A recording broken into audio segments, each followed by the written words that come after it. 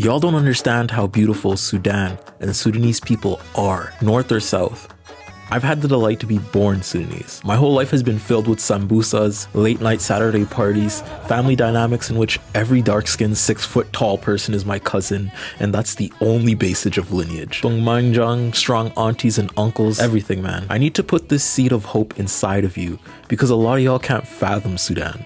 And although North and South Sudan have a lot of overlap, a lot of us have cousins in North Sudan. These countries share a very convoluted and interconnected history. But today I will specifically be talking about North Sudan and activities happening inside of its borders. Remember that I'm Southern Sudanese. I am Southern Sudanese, talking about Northern Sudan. What lies ahead is horrible.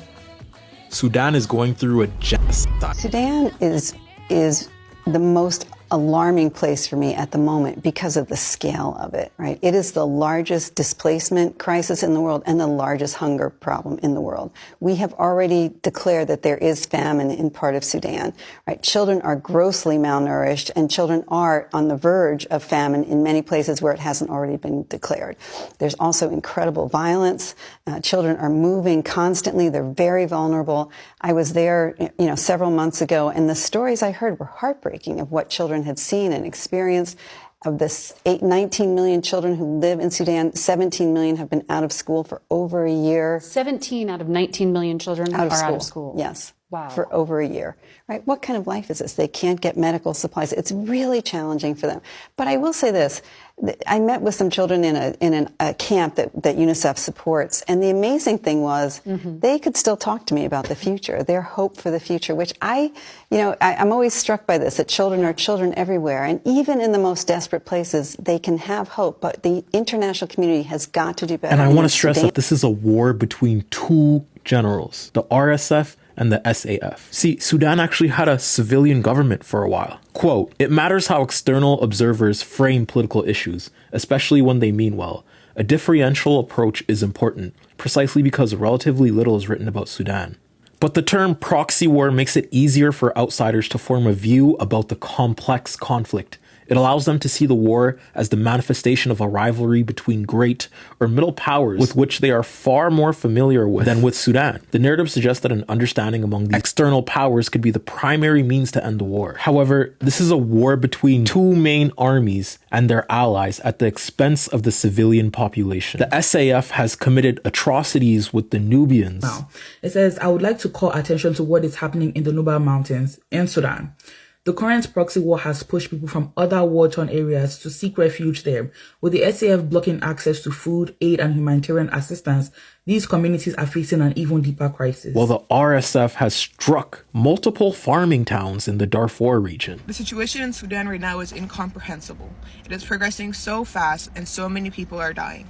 Yesterday, in El Jazeera State, in a village called Estiriha, where most of the people are farmers who mind their own business, the UAE-funded RSF interred and massacred over 600 people. But before we get into that, I believe we have to humanize the people to truly understand and empathize with them. Since before Roman history, this patch of land has been a historical breeding ground for much of what you think belongs to other places of the world. For one, we have more pyramids than Egypt. Sudan boasts more than 500 distinct ethnic groups, including the Arab, Nubian, Fur, and numerous others, and over 400 languages. Each ethnic group brings its unique customs, practices, and beliefs, enriching the fabric of Sudanese society. The Nile is more than just a river in Egypt. That bitch run right through Sudan. Revered as the lifeline of ancient civilizations, the Nile sustains agricultural land along its banks, providing fertile soil for crops and sustaining communities, as it has done for millennia. The Nile has two main tributaries, the White Nile and the Blue Nile, which merge together in Sudan's capital, Khartoum. Sudanese people hold on to resilience and hope. From grassroots peace initiatives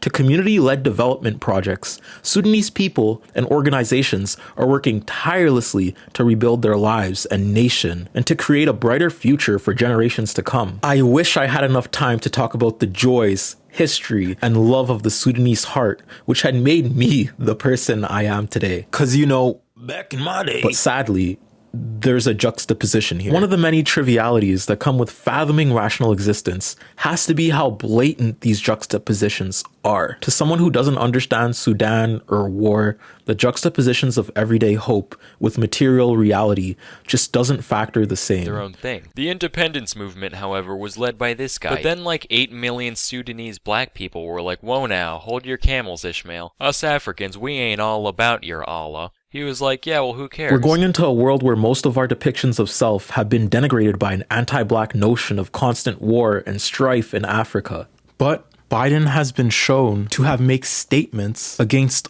arming generals in Sudan. So pressuring your government works. And it's important to know that the UAE, on the side of the RSF, is the financial support of this war. You're not supposed to take this lightly. This is a dire utilization of militaristic power, welded by the West in coalition with the UAE in order to sap Sudanese resources and cement Dubai and Saudi Arabia as leaders in the Middle East. The first way is through slave labor, using more than just Sudanese bodies, some of them being Pakistani, Ghanaian, Lebanese, and Yemeni bodies, in something called the kafala system. The kafala system is a legal framework that has for decades defined the relationship between migrant workers and their employers. It was created to supply cheap, plentiful labor in an era of booming economic growth, and its defenders argue that it benefits local businesses and helps drive development. The kafala, or sponsorship system, gives private citizens and companies in Jordan, Lebanon, and most Arab Gulf countries almost total control over migrant workers' employment and immigration status. This system usually falls under the jurisdiction of interior ministries rather than labor ministries, so workers often have no protection under the host country's labor law. This leaves them vulnerable to exploitation and denies them such rights as the ability to enter a labor dispute process or join a union. Furthermore, because workers' employment and residency visas are linked, and only sponsors can renew or terminate them, the system endows private citizens, rather than the state, with control over workers' legal statuses, creating power imbalances that sponsors can exploit. In most situations, workers need their sponsors' permission to transfer jobs, end employment, and enter or exit the host country. Leaving the workplace without permission is an offense that results in the termination of the worker's legal status and potentially imprisonment or deportation, even if the worker is fleeing abuse. Workers have little recourse in the face of exploitation, and many experts argue that the system facilitates modern slavery. Firstly, trigger warning. Some of these videos are a little disturbing. $2.8 million women work as maids in the Middle East. Many have their passports confiscated on arrival, and some find themselves trapped inside homes where they're overworked, underpaid, and physically abused.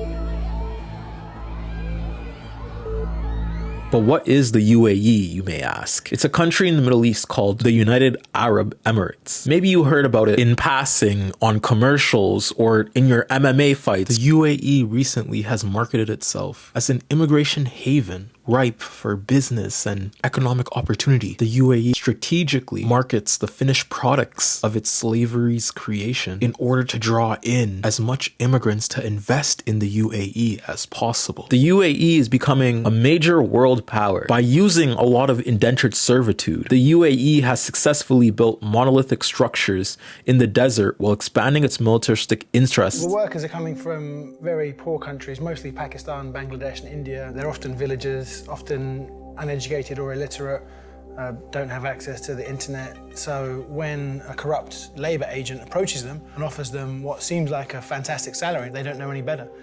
We did speak to quite a few workers who were saying that when they go back, they're going to do all they can to discourage friends and family from going to the UAE. There are still millions of people being taken in by this every year. Conditions they find themselves in are very close to slavery. It's certainly indentured servitude. They can't leave a company and work for another company. They can't leave the country because of the debt that they find themselves in. And when you look at the deception that's involved in getting them to the UAE in the first place, the lawyer and a researcher at Human Rights Watch says it certainly looks like a trafficking network. I think it falls just short of slavery, but only just. I only knew of one NGO that was specifically tasked with looking after the rights of migrant workers. The embassies of the countries that these people come from do a very good job, and Amnesty International and Human Rights Watch. They've done a fantastic job and continue to do a fantastic job, but under very difficult circumstances. They're sometimes barred from entering the country. It's pretty depressing seeing how many Western companies and tourists, all kinds of people flock there and still describe it and see it as this paradise in the Middle East, ignoring what's right in front of their nose. I've probably been to Dubai 30 times. It's impossible for me to know, but it feels like what the British Empire must have felt like. There's a minority class who rule over everybody else and really treat them like dirt, treat them like an underclass, a servant class. And that's very prevalent throughout the Gulf states. It's not just labourers, it's cleaners, cooks. We've heard some horrific stories about housemaids being abused by their employers. And it's a very big problem affecting probably more than 10 million people. The conditions of the guys who are building the Trump International Golf Course were the worst I've ever seen. Having guys living 21 to a room with rats running around above them, having to work extremely hard in extreme heat for 2 years just to break even, just to pay off the debts they accrued in getting there. I think the problem is inherent to the UAE, not Trump. Trump is just the latest in a long line of Westerners who have gone there, taken, I assume, large amounts of money, and turned a blind eye to something which is very obvious and very well documented. Forming strategic alliances with Israel, America, Canada, and the US in order to foster its ongoing growth, while expanding its militaristic interests in conquest. We've been the strongest trading partner of the United States in the Middle East. That's right. We want to continue doing so in all fields. And this is just a clear message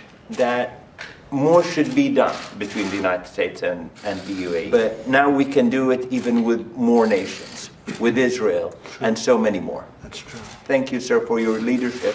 And if it wasn't for that, it would have been far more difficult for all of us to achieve. No, I understand that well. As one of the world's largest oil producers, the UAE also continues to expand fossil fuel operations, casting doubt about its commitment to work with other governments to phase out fossil fuels driving climate change. In addition to these serious concerns, UAE-based migrant workers form 88% of UAE's population. 88% of UAE's population is afflicted by this system. As Human Rights Watch has recently documented, abuses of UAE-based migrant workers are linked more broadly to climate-related harm. The UAE's migrant workers and their communities back home are among those contributing the least to the climate crisis, yet they are often the ones who have the greatest exposure to climate harm and who are struggling the most to deal with these consequences. Structures like the stadium built for the World Cup, yeah, that was slavery. In the villages of southern Nepal, many men are absent. जति नै mask cover गरे पनि भित्र धुलो छिर्थ्यो त्यतिकै रुममा पनि बस्दा पनि म कस्तो ढल्छु क्या मर्छु क्या जस्तो हुन्थ्यो के त्यही भएर Ganga Bahadur said he requested medical leave 7 times before he was allowed to return home because the staffing agency who hired him illegally held his passport. The UAE is also by far the main destination for smuggled gold. Reports state with some 405 metric tons of undeclared output from Africa ending up there. During a 10-year period between 2012 to 2022, that amount summed up to 2,569 metric tons of gold, worth around $115 billion. The report said that the gap between UAE imports and exports from African countries has widened over the years, meaning that the amount of gold smuggled out of Africa appears to have increased over the past decade. For example, it widened to 234 metric tons in 2020 to 405 in 2022. Switzerland, another main buyer of African gold, imported some 21 metric tons of undeclared gold from Africa in 2022, the report said. The real figure could be much higher if African gold imported through third countries was taken into consideration, the report said. Once gold is refined, it is virtually impossible to follow its flow to its final destination. The fact that we live in a society which facilitates these actions abroad can be a lot. I mean, do you really think humans evolved millions of years to sit in a desk and work 60 to 80 hours a week for the sake of survival while constantly demoralized about the atrocities of the world that our tax dollars contribute to? From our mundane, everyday tasks tasks like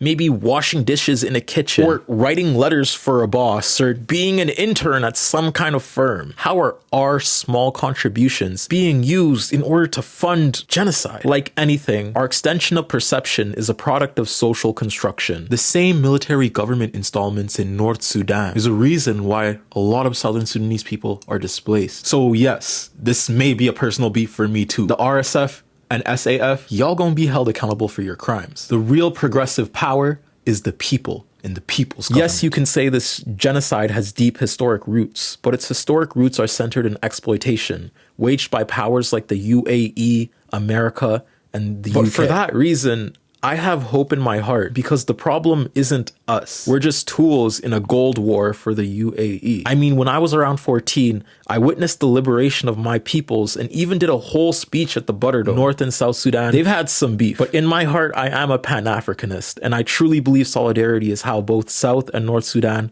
will find an end of liberation. There's no one for us but us. No one understands our anti-blackness, social stratosphere, and love for a Sida Denka like us. And although this war isn't dually felt in South Sudan as it is in North Sudan, if you're my cousin, you're my cousin. And if you're Sudanese, you know what I mean. One day I'll do a comprehensive video on the history of cultural exchange, nuance, and exploitation felt between North Africa and the UAE. But we have to keep our eyes on what's happening right now. So for this video, I'm going to be starting with the neutral atmosphere of peace felt in 2019 to chart out how right now the UAE is pumping money into a group known as the RSF, who were actually originally created to be death squads in rural areas of Sudan. My husband was killed. Janjaweed killed him. 2 months ago, Sudanese government troops and Janjaweed militias redoubled attacks against villages in western Darfur. Government forces attacked us with vehicles and helicopters and Antonovs and missiles. They killed many of us, and many others fled and got lost. In order for their leader, Himedi, to secure economic political power using the UAE's funds. But I also want to stress that the RSF and the SAF aren't really that different. In fact, the RSF, formerly known as the Janjaweed, was created by the Sudanese government in order to do what it does today. The only reason why there's conflict right now is because of the power struggle of the RSF and the SAF being leveraged into economic benefit for the UAE and Western powers abroad. So liberation will look like more than just dismantling the RSF. We have to dismantle the SAF too and the militaristic powers that corrupt Sudan. One way in which Himedi wielded this monetary endorsement by Dubai and its hold on Sudanese gold production was pledging $1 billion to Sudanese banks, and on top of all of this, signing an agreement with the UAE in order to develop a $6 billion port project in the Red Sea named Abu, in an area in which 10% of global trade passes through. Thank you to Gaida on Twitter for keeping me updated on the specifics of exploitation happening in Sudan too. Follow them, please. At face value, these deals may seem like they're strengthening or bolstering a country, but no. Remember that this is the sake for continued power for the UAE, puppeteering the Janjaweed opposition to kill farmers. Sudan is split up like this. The Janjaweed is moving through Darfur and killing civilians, many of which live beautiful lives in sustainable village in the rural countrysides. According to a Sudan War Monitor, Sudan enjoyed a relative period of peace from 2019 to 2023 after the Sudanese Revolution. That was a popular uprising starting in December 2018, leading to the toppling of the longtime dictator Omar al-Bashir. Millions of pro-democracy protesters took to the streets demanding civil rights and a more peaceful future. After months of mass protests in April 2019, the military ousted al-Bashir and partly turned over power to a civilian government headed by a civilian prime minister. This civilian-led government had plans for elections and security sector reform. They made peace with some Darfur and Blue Nile resistance groups, and they put the former dictator and some of his henchmen on trial. However, the military never fully relinquished power, and in October 2021,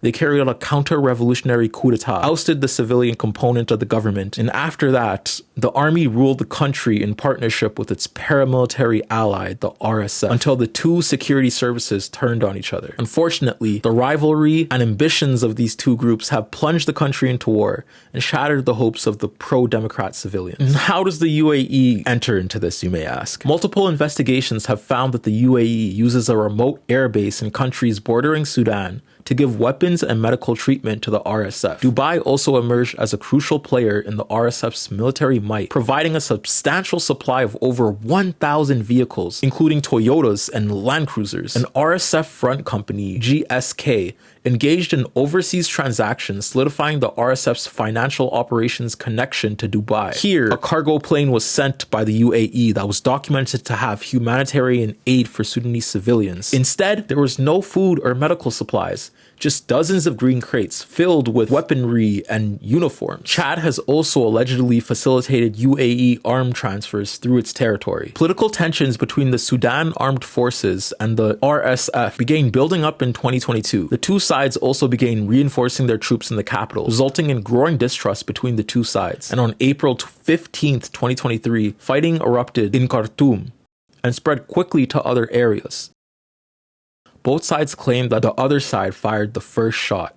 This war should not be confused with the previous Second Sudanese Civil War, in which I talked about, that happened in 1983 all the way up to 2005, which was fought mostly in South Sudan, and which sometimes was framed as a religious conflict because of the substantial Christian population in South Sudan. To put it simply though, this war is a struggle for power. In particular, the RSF leader, Mohammed, has shown interest in acquiring a leadership position such as president. Though he claims not to desire this, his troops acclaim him as president, commander-in-chief, or emir, but he lacks popular support in most of the country because he kind of kills a lot of people, a lot of innocent people. Some of the RSF espouse a racial supremacist ideology that pits them against the non-Arab tribes of Darfur and portrays other Sudanese Arabs as inferior Arabs or not real Arabs. This dynamic has resulted in massacres perpetuated by the RSF, an allied local militia in Darfur, against the Masalit tribe, echoing the events of the Darfur genocide that took place 20 years ago. Likewise, this genocide in Sudan has devastated the national's capital, Khartoum, and several other cities, caused millions of people to flee their homes, and created a deep economic crisis. Sudan's conflict is now considered the cause of the world's largest humanitarian disaster. The health system has collapsed in large parts of the country, and there are disease outbreaks among the displaced. I just want you to know that people in Sudan not dying only from the bullet or from the bombing, but from chronic hunger, disease, repeated displacement, and their living condition. They do not have access to any health care. Starving. Can you imagine that you are in 2024 and people dying from hunger? Do you understand what that means? You eat like 3 meals a day and you threw most of the food that you order pizza for like $25. You only eat one slice and threw the rest in the garbage, and people dying from hunger. That's it. We're also hearing about some of the worst stories ever fathomed. In a single village in a Jazeera state, central Sudan, more than 500 people have been killed. The RSF have lined up the men of the village and killed each one of them. Bodies are scattered on the street. The women of the village are now killing themselves. Up to 100. We've been hearing reports of 100 women committing suicide just so they could protect themselves from the RSF, sexual violence and sexual terrorism. For an entire week, the RSF have been committing a lot of massacres and genocides all over a Jazeera state. They have lined up children and shot them at their heads. They have killed patients in hospitals. They have killed people with disabilities, actually slaughtered people with disabilities, all because an RSF commander has surrendered to the army. Central Sudan, Al Jazeera, is bleeding.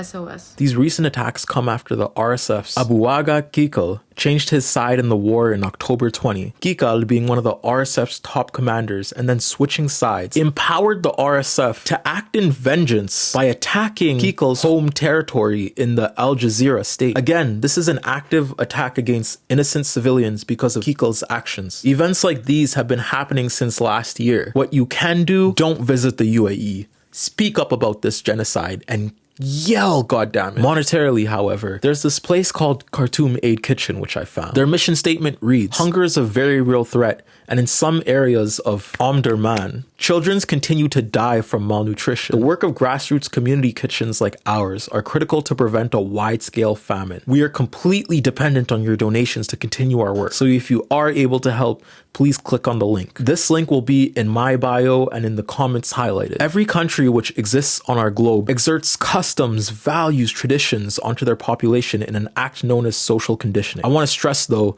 that it's crucial to keep hope in these times. And I know this is rich coming from me. My hope flickers like a candle in a hurricane. They say this is a silent genocide, and I laugh at that, because who's silent? We're loud. Put pressure on the artists who go and perform in the UAE, in the MMA, in these boxing events sponsored by the UAE. Dubai is trying to frame itself as some kind of tourist haven, littered with gold and opportunity, faced by the likes of people like Sneeko and Andrew Tate and all of them who go over there and sell you this lavish dream of Dubai, when instead it's built on top of slave labor and the catalyzation of genocide abroad. Don't let Dubai get away with this. Don't let the UAE get away with this. But I do want to talk about coping or living in times like these. You know, historically, we look back at atrocities like the Holocaust with an air of self-morality. It's easy to chart when the very bad political party took power, whether it was a Trump or Hitler administration, how it promised to subjugate people and eventually became complicit in genocide. But fam, we're literally in a liberal governance still going through this. I don't want this to become a stance of electoral politics, and I'm sorry for doing that in the past. What this is straight up Western corruption. You know what troubled me as a child and still now as a adults? Learning about how societies during war operated during atrocities of mass scales like slavery. Learning about how societies functioned during the most atrocious marginalizations of humanic existence. Dialectically, I get it. I see it. I know the timeline. But how did people actively let racist tensions saturate the fabric of reality to such a degree that German people could end up displacing and murdering millions of people in the realms of their own country? What was it like living in the belly of the beast? Well, you don't have to ask that question. You can look to the right and left of you and ask, who supports Palestine and who doesn't, or even who knows about Sudan or who doesn't. Because a big part of why atrocities and genocides in Africa can happen is because we're believed to think that they happen all the time in the West, when that is not the case. This is a very new conflict, only lasting this long because of our silence. Even though we're in the age of a smartphone, an interconnected world where we can keep in touch with these issues at the tip of our fingers, we still don't know what's going on over there. And for this reason, combating the peace or silent present in a society that benefits from the subjugation of Sudanese people has to be key. Remember to please follow people like Ida on Twitter who keep up to date with issues like these, and condemn the UAE whenever you can. Tell your sisters, brothers, parents, aunties, uncles. Boycotting and slander is an effective political tactic. Don't let anyone tell you yelling doesn't work. But also, please keep yourself safe. Thank y'all for watching. I love y'all and peace.